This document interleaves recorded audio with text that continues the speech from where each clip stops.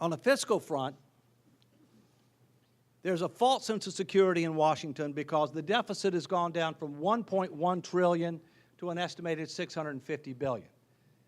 Believe me, $650 billion is real money. There are people in Washington that don't think it's real money, and they say problem solved. But let's analyze how they got there. They got there primarily because they did two things. One, they did the fiscal cliff, which raised taxes on the so-called wealthy. We can debate what wealthy is, but the so-called wealthy, but it didn't reform the tax system. And we have an abomination of a tax system. It's way too complicated. It's not competitive, and it doesn't generate adequate revenues. And I'm a CPA who prepares his own tax return. You know, my view is that your system is not acceptable unless 90% of individuals can prepare their own tax return. 90% of individuals.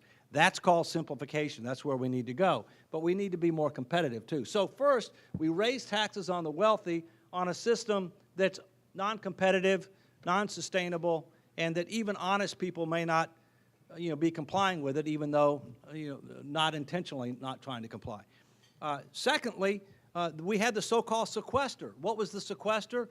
The across-the-board minding spending cuts that were dictated by a so-called tactical nuclear weapon that was never supposed to go off.